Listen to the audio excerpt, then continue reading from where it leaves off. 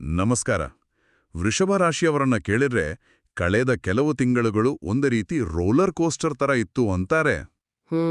ಹೌದು. ಹಣಕಾಸಿನ ವಿಷಯಕ್ಕೆ ಬಂದ್ರೆ ಎಷ್ಟೇ ಪ್ರಯತ್ನಿಸಿದ್ರೂ ಕೈಯಲ್ಲಿ ದುಡ್ಡು ನಿಲ್ತಾನೇ ಇರಲಿಲ್ಲ. ಆಮೇಲೆ ಕೆಲ್ಸದಲ್ಲಿ ಅಷ್ಟೊಂದು ಶ್ರಮ ಹಾಕಿದ್ರೂ ಅದಕ್ಕೊಂದು ಮನ್ನಣೆ ಸಿಗ್ತಿರ್ಲಿಲ್ಲ. ಹೌದು. ಎಲ್ಲಕ್ಕಿಂತ ಹೆಚ್ಚಾಗಿ ಮನಸ್ನಲ್ಲಿ ಒಂದು ಥರ ಅಶಾಂತಿ. ಅದೇ, ಒಂದು ನೆಮ್ಮದಿನೇ ಇರಲಿಲ್ಲ. ಆದ್ರೆ ನಾವು ಇವತ್ತು ಮಾಡ್ತಿರೋ ಈ ಆಳವಾದ ವಿಶ್ಲೇಷಣೆಗೆ ಸಿಕ್ಕಿರೋ ಮೂಲ ಆಕರಗಳ ಹೇಳೋದೇನೆಂದ್ರೆ, ಮಕರ ಸಂಕ್ರಾಂತಿ ಆದ್ಮೇಲೆ ಈ ಪರಿಸ್ಥಿತಿ ಸಂಪೂರ್ಣವಾಗಿ ಬದಲಾಗುತ್ತೆ ಅಂತ. ಹಾಗಿದ್ರೆ ಇದು ನಿಜಾನಾ? ಈ ಬದಲಾವಣೆ ಹಿಂದೆ ಇರೋ ಶಕ್ತಿ ಯಾವುದು? ಬನ್ನಿ, ಇದನ್ನೆಲ್ಲ ಒಂದೊಂದಾಗಿ ಬಿಡಿಸಿ ನೋಡೋಣ. ಖಂಡಿತ. ಆದರೆ ನಮ್ಮ ಚರ್ಚೆ ಶುರು ಮಾಡೋ ಮುಂಚೆ ಒಂದು ವಿಷಯ ಸ್ಪಷ್ಟಪಡಿಸ್ಬೇಕು. ಹೇಳಿ. ನಾವು ಇಲ್ಲಿ ಕೂತಿರೋದು ಕೇವಲ ಭವಿಷ್ಯ ಹೇಳೋಕಲ್ಲ, ಬದಲಾಗಿ ಜ್ಯೋತಿಷ್ಯದ ಒಂದು ನಿರ್ದಿಷ್ಟ ಘಟನೆ ಅಂದ್ರೆ ಸೂರ್ಯ ಮಕರ ರಾಶಿಗೆ ಹೋಗೋದು ವೃಷಭ ರಾಶಿಯವರ ಜೀವನದ ಮೇಲೆ ಹೇಗೆಲ್ಲ ಪರಿಣಾಮ ಬೀರಬಹುದು ಅಂತ ವಿಶ್ಲೇಷಣೆ ಮಾಡೋಕೆ. ಸರಿ.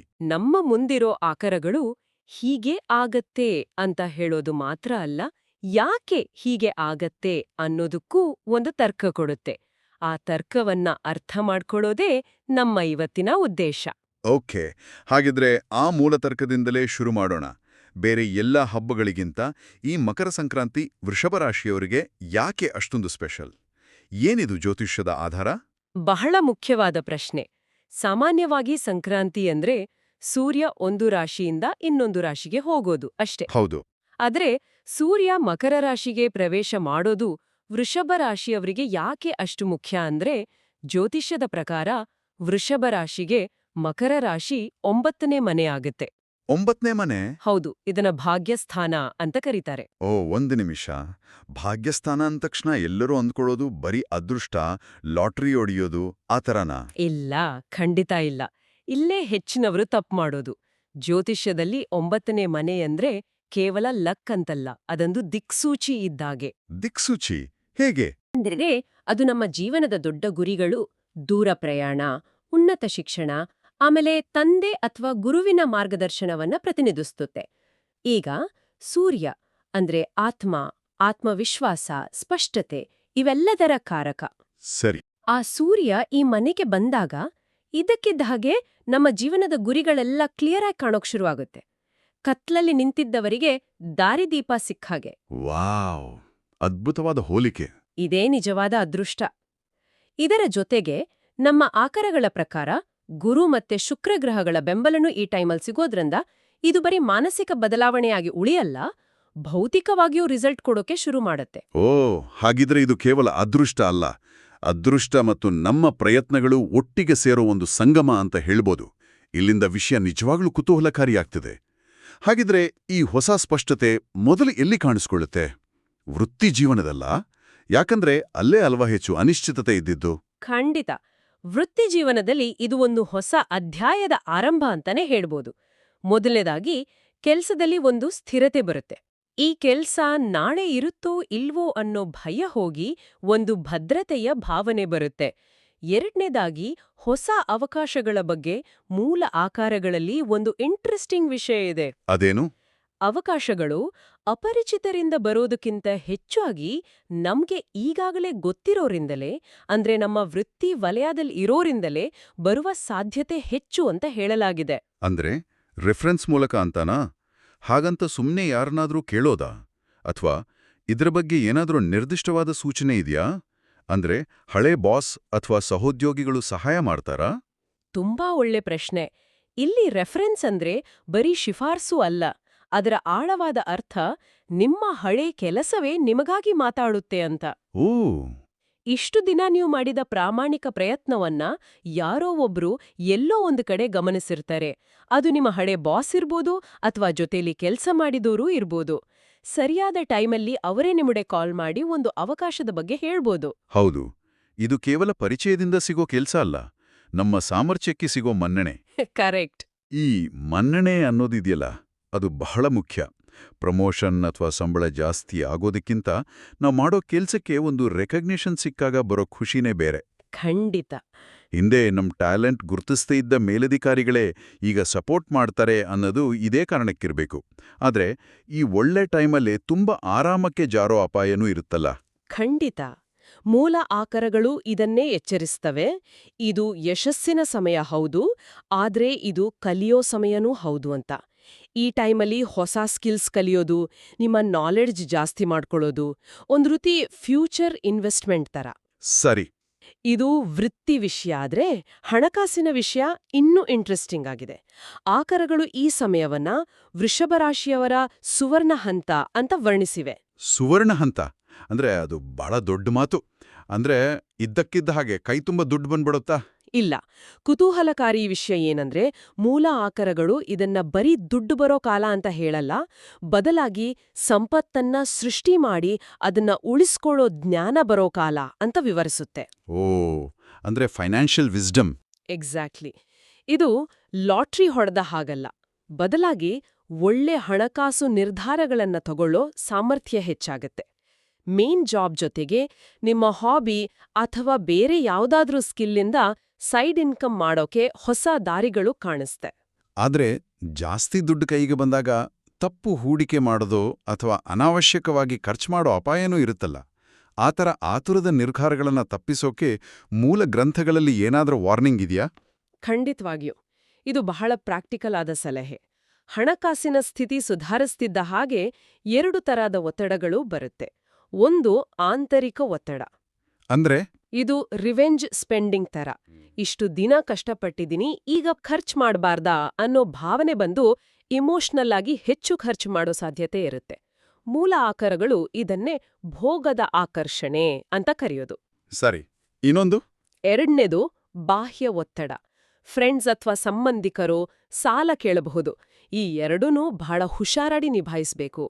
ಹಾಗಿದ್ರೆ ಇನ್ವೆಸ್ಟ್ಮೆಂಟ್ ಬಗ್ಗೆ ಏನ್ ಸಲಹೆ ಇದೆ? ಸಲಹೆ ಸ್ಪಷ್ಟವಾಗಿದೆ. ಶಾರ್ಟ್ ಟರ್ಮ್ ಪ್ರಾಫಿಟ್ಗಿಂತ ಲಾಂಗ್ ಟರ್ಮ್ ಸ್ಥಿರವಾದ ಹೂಡಿಕೆಗಳಿಗೆ ಇದು ಒಳ್ಳೆ ಸಮಯ. ವೃಷಭ ರಾಶಿಯವರ ಮೂಲ ಸ್ವಭಾವವೇ ಸ್ಥಿರತೆಯನ್ನ ಬಯಸೋದು. ಹೌದು.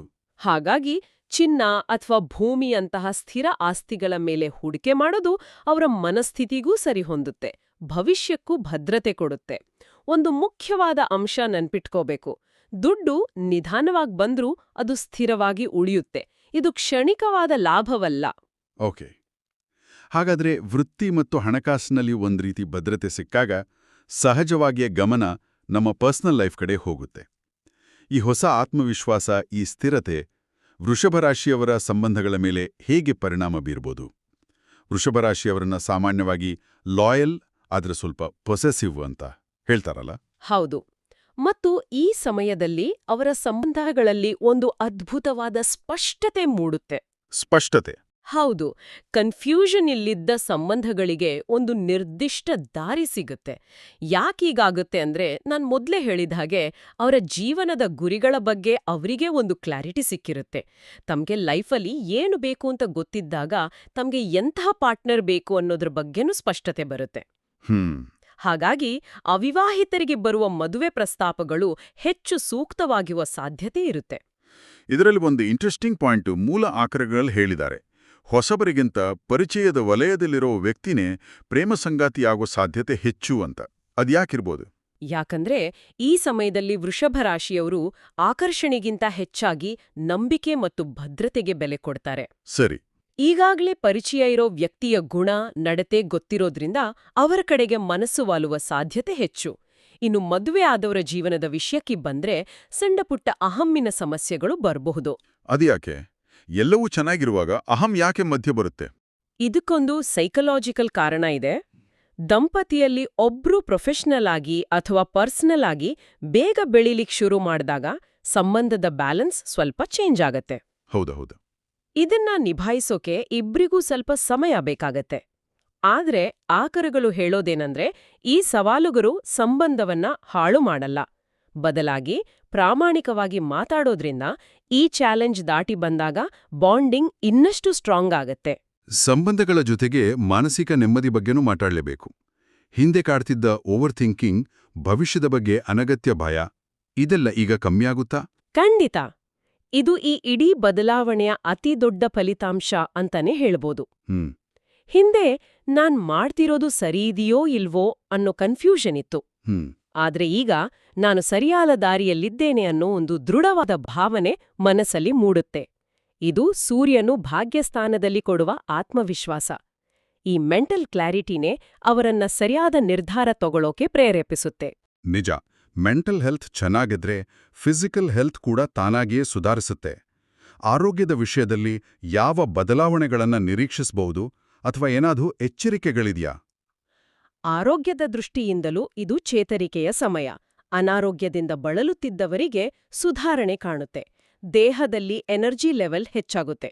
ಆದ್ರೆ ಕೆಲವು ವಿಷಯಗಳ ಬಗ್ಗೆ ಗಮನ ಹರಿಸಲೇಬೇಕು. ವಿಶೇಷವಾಗಿ ಶುಗರ್ ಲೆವೆಲ್ ಮತ್ತೆ ದೇಹದ ತೂಕದ ಮೇಲೆ ಕಂಟ್ರೋಲ್ ಇರಬೇಕು. ಒಂದು ನಿಮಿಷ. ಮೂಲ ಆಕರಗಳಲ್ಲಿ ಗಂಟ್ಲು ಮತ್ತು ಥೈರಾಯ್ಡ್ ಸಮಸ್ಯೆಗಳ ಬಗ್ಗೆ ಸ್ಪೆಸಿಫಿಕ್ ಆಗಿ ಹೇಳಲಾಗಿದೆ. ವೃಷಭ ರಾಶಿಗೂ ಇದಕ್ಕೂ ಏನಾದರೂ ವಿಶೇಷ ಸಂಬಂಧ ಇದೆಯಾ? ಖಂಡಿತ. ಮೆಡಿಕಲ್ ಅಸ್ಟ್ರಾಲಜಿಯಲ್ಲಿ ಪ್ರತಿಯೊಂದು ರಾಶಿಯೂ ದೇಹದ ಒಂದೊಂದು ಭಾಗವನ್ನ ಪ್ರತಿನಿಧಿಸುತ್ತೆ. ಓ ಹೌದಾ? ಹೌದು. ವೃಷಭ ರಾಶಿ ದೇಹದ ಗಂಟುಲು, ಕುತ್ತಿಗೆ, ವೋಕಲ್ ಕಾರ್ಡ್ಸ್ ಮತ್ತೆ ಥೈರಾಯ್ಡ್ ಗ್ರಂಥಿಯನ್ನ ಪ್ರತಿನಿಧಿಸುತ್ತೆ. ಹಾಗಾಗಿಯೇ ಈ ರಾಶಿಯ ಮೇಲೆ ಯಾವುದೇ ಪ್ರಮುಖ ಗ್ರಹಗಳ ಪ್ರಭಾವ ಆದಾಗ ಈ ಭಾಗಗಳ ಬಗ್ಗೆ ಹೆಚ್ಚು ಗಮನ ಹರಿಸಬೇಕು ಅಂತ ಮೂಲ ಗ್ರಂಥಗಳು ಎಚ್ಚರಿಸುತ್ತವೆ. ಇದಕ್ಕೆ ಪರಿಹಾರ? ಇದಕ್ಕಾಗಿ ದೊಡ್ಡ ಚಿಕಿತ್ಸೆ ಏನೂ ಬೇಕಾಗಿಲ್ಲ. ಪ್ರತಿದಿನ ಬೆಳಗಿನ ನಡಿಗೆ ಮತ್ತು ಲೈಟ್ ಎಕ್ಸರ್ಸೈಸ್ ಕಡ್ಡಾಯವಾಗಿ ಪಾಲಿಸಿದ್ರೆ ಹೆಚ್ಚಿನ ಸಮಸ್ಯೆಗಳನ್ನ ದೂರ ಇಡಬಹುದು. ಇದು ಬಹಳ ಇಂಟ್ರೆಸ್ಟಿಂಗ್ ಮಾಹಿತಿ. ಹಾಗಾದರೆ ಇವೆಲ್ಲವೂ ಫಿಸಿಕಲ್ ಮತ್ತು ಮೆಂಟಲ್ ಬದಲಾವಣೆಗಳಾದವು. ಇದರ ಜೊತೆಗೆ ಯಾವುದೇ ಆಳವಾದ ಅಂದ್ರೆ ಆಧ್ಯಾತ್ಮಿಕ ಬದಲಾವಣೆಗಳನ್ನು ನಿರೀಕ್ಷಿಸಬಹುದಾ? ಹೌದು. ಇದು ಕೇವಲ ಭೌತಿಕ ಬದಲಾವಣೆಯಲ್ಲ, ಇದೊಂದು ಆಧ್ಯಾತ್ಮಿಕ ಪಲ್ಲಟ ಕೂಡ ಹೌದು. ಆಧ್ಯಾತ್ಮಿಕ ಅಂದರೆ? ಇಲ್ಲಿ ಆಧ್ಯಾತ್ಮಿಕ ಅಂದ್ರೆ ಪೂಜೆ ಪುನಸ್ಕಾರ ಅಂತಷ್ಟೇ ಅಲ್ಲ. ಇದರರ್ಥ ಜೀವನವನ್ನ ನೋಡೋ ದೃಷ್ಟಿಕೋನವೇ ಬದಲಾಗೋದು. ಈ ಸಮಯದಲ್ಲಿ ಹಿಂದಿನ ಕರ್ಮಗಳು ಕಳಿಯುತ್ತೆ ಅನ್ನೋ ನಂಬಿಕೆ ಇದೆ. ದೇವರ ಮೇಲಿನ ನಂಬಿಕೆ, ಶ್ರದ್ಧೆ ದೃಢವಾಗುತ್ತೆ. ಆದ್ರೆ ಇದಕ್ಕಿಂತ ಮುಖ್ಯವಾಗಿ ಒಂದು ಆಂತರಿಕ ಅರಿವು ಮೂಡುತ್ತೆ. ಅದೇನು? ಜೀವನದಲ್ಲಿ ಏನು ಬೇಕೋ ಅದು ಸರಿಯಾದ ಸಮಯಕ್ಕೆ ಸಿಗುತ್ತೆ ಅನ್ನೋ ಅರಿವು ಮನಸ್ಸಿಗೆ ಒಂದು ರೀತಿ ಸಮಾಧಾನ ತಂದುಕೊಡುತ್ತೆ. ಇದರಿಂದ ಆತುರ, ಆತಂಕ ಎಲ್ಲ ಕಮ್ಮಿಯಾಗಿ ಒಂದು ರೀತಿಯ ತಾಳ್ಮೆ ಮತ್ತು ಸ್ವೀಕರಿಸೋ ಮನೋಭಾವ ಬೆಳೆಯುತ್ತೆ. ಅದ್ಭುತ. ಹಾಗಾದ್ರೆ ಈಗಾಗಲೇ ಶುರುವಾಗಿರೋ ಈ ಪಾಸಿಟಿವ್ ಹಾದಿಯನ್ನ ಇನ್ನಷ್ಟು ಬಲಪಡಿಸೋಕೆ ಮೂಲಗಳಲ್ಲೇನಾದ್ರೂ ಸರಳ ಉಪಾಯಗಳನ್ನ ಹೇಳಿದ್ದಾರಾ? ಕೆಲವೊಮ್ಮೆ ಇಂಥ ಉಪಾಯಗಳು ಬರೀ ಮಾನಸಿಕ ಸಮಾಧಾನಕ್ಕೆ ಅನ್ಸುತ್ತೆ. ನಿಮ್ಮ ಪ್ರಶ್ನೆ ಸಹಜ.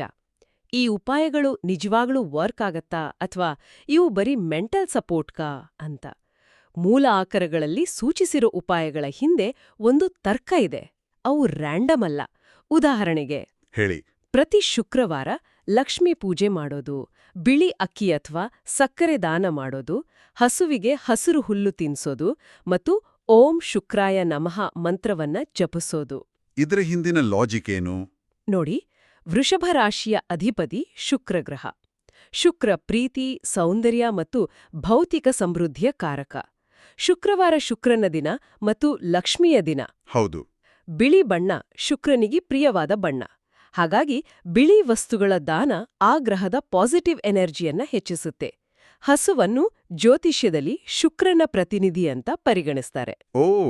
ಹಾಗಾಗಿ ಈ ಉಪಾಯಗಳು ಕೇವಲ ನಂಬಿಕೆಯಲ್ಲ, ಬದಲಾಗಿ ಒಂದು ನಿರ್ದಿಷ್ಟ ಗ್ರಹದ ಶಕ್ತಿಯನ್ನ ಕೇಂದ್ರೀಕರಿಸಿ ನಮ್ಮ ಉದ್ದೇಶವನ್ನ ಬಲಪಡಿಸೋ ವಿಧಾನಗಳು. ಇವುಗಳನ್ನ ಸಂಕಲ್ಪದ ಸಾಧನಗಳು ಅಂತ ಕರೆಯಬಹುದು. ಸರಿ. ಹಾಗಾದ್ರೆ ಈ ಎಲ್ಲ ಆಳವಾದ ವಿಶ್ಲೇಷಣೆಯನ್ನ ಒಟ್ಟುಗೂಡಿಸಿ ಹೇಳೋದಾದ್ರೆ ಇದರ ಸಾರಾಂಶವೇನು? ವೃಷಭ ರಾಶಿಯವರು ಮುಂದಿನ ದಿನಗಳಲ್ಲಿ ಏನನ್ನ ನಿರೀಕ್ಷಿಸಬಹುದು? ಒಟ್ಟಾರೆಯಾಗಿ ಹೇಳೋದಾದ್ರೆ ಮಕರ ಸಂಕ್ರಾಂತಿಯ ನಂತರ ವೃಷಭ ರಾಶಿಯವರ ಜೀವನ ಕತ್ತಲೆಯಿಂದ ಬೆಳಕಿನ ಕಡೆಗೆ ಸಾಗಲಿದೆ. ಅನಿಶ್ಚಿತತೆ ಹೋಗಿ ಸ್ಥಿರತೆ ಬರುತ್ತೆ, ಆರ್ಥಿಕವಾಗಿ ಸದೃಢತೆ ಕಾಡುತ್ತೆ ಮತ್ತು ಭಾವನಾತ್ಮಕವಾಗಿ ಒಂದು ಶಾಂತಿ ನೆಲೆಸುತ್ತೆ. ಇಲ್ಲಿವರೆಗೂ ಕಾಡ್ತಿದ್ದ ಅಡೆತಡೆಗಳು ಕಮ್ಮಿಯಾಗಿ ಅದೃಷ್ಟದ ಬೆಂಬಲ ಸಿಗೋಕೆ ಶುರುವಾಗುತ್ತೆ. ಆದ್ರೆ ಒಂದು ವಿಷಯ ಮರಿಬಾರ್ದು, ಇದು ಕೇವಲ ಕೂತ್ಕೊಂಡು ಅನುಭವಿಸೋ ಅದೃಷ್ಟ ಅಲ್ಲ, ಇದೊಂದು ಅವಕಾಶದ ಬಾಗಿಲು ತೆರೆದ ಹಾಗೆ. ಹಾಗಾದ್ರೆ ಆ ಬಾಗಿಲಿನೊಳಗೆ ಹೋಗಿ ಯಶಸ್ಸು ಪಡೆಯೋಕ್ಬೇಕಾದ ಸೂತ್ರವೇನು? ಸೂತ್ರ ಬಹಳ ಸರಳ: ತಾಳ್ಮೆ ಮತ್ತು ಸರಿಯಾದ ಯೋಜನೆ. ಇಷ್ಟು ದಿನ ತಾಳ್ಮೆಯಿಂದ ಕಾದಿದ್ದೀರಿ, ಈಗ ಆ ತಾಳ್ಮೆಗೆ ಸರಿಯಾದ ಯೋಜನೆಯನ್ನ ಸೇರಿಸಿದ್ರೆ ಯಶಸ್ಸು ಖಚಿತ. Patience, plus planning equals success. ಅದೇ, ಈ ಅವಕಾಶವನ್ನ ಸರಿಯಾಗಿ ಬಳಸ್ಕೊಳ್ಳೋದ್ರ ಮೇಲೆ ಎಲ್ಲವೂ ನಿಂತಿದೆ. ತಾಳ್ಮೆ ಮತ್ತು ಯೋಜನೆ ಯಶಸ್ಸಿನ ಸೂತ್ರ. ಅತ್ಯುತ್ತಮವಾಗಿ ತಿಳಿಸಿದ್ದೀರಿ. ಈ ಚರ್ಚೆ ಕೇವಲ ಭವಿಷ್ಯದ ಬಗ್ಗೆ ಹೇಳದೆ ಅದರ ಹಿಂದಿನ ಕಾರಣಗಳನ್ನೂ ತಿಳಿಸಿಕೊಟ್ಟಿದೆ. ಹೌದು, ಮತ್ತು ಈ ಇಡೀ ಚರ್ಚೆ ಕೇಳುಗರ ಮನಸ್ಸಲ್ಲಿ ಒಂದು ಇಂಟ್ರೆಸ್ಟಿಂಗ್ ಪ್ರಶ್ನೆಯನ್ನ ಹುಟ್ಟುಹಾಕುತ್ತೆ ಅಂತ ನಾನು ಅನ್ಕೋತೀನಿ. ಅದೇನು? ನಮ್ಮ ಅದೃಷ್ಟ ಕೇವಲ ಗ್ರಹಗಳ ಸ್ಥಾನದಿಂದಲೇ ಸಂಪೂರ್ಣವಾಗಿ ನಿರ್ಧಾರ ಆಗುತ್ತಾ? ಅಥವಾ ನಮ್ಮ ಹಿಂದಿನ ಕರ್ಮಗಳು ಮತ್ತು ಇವತ್ತಿನ ಪ್ರಯತ್ನಗಳು ಫಲ ಕೊಡೋಕೆ ಈ ಗ್ರಹಗಳ ಸ್ಥಾನಗಳು ಕೇವಲ ಒಂದು ವೇದಿಕೆಯನ್ನ, ಒಂದು ಸರಿಯಾದ ಸಮಯವನ್ನ ಸೃಷ್ಟಿಸ್ತಾ? ಇದು ಅದೃಷ್ಟ ಮತ್ತು ವೈಯಕ್ತಿಕ ಪ್ರಯತ್ನಗಳ ನಡುವಿನ ಸಂಬಂಧದ ಬಗ್ಗೆ ನಾವು ಇನ್ನಷ್ಟು ಆಳವಾಗಿ ಯೋಚಿಸೋ ಹಾಗೆ ಮಾಡುತ್ತೆ. ಈ ಪ್ರಶ್ನೆಯೊಂದಿಗೆ ಇವತ್ತಿನ ಚರ್ಚೆಯನ್ನು ಮುಗಿಸೋಣ.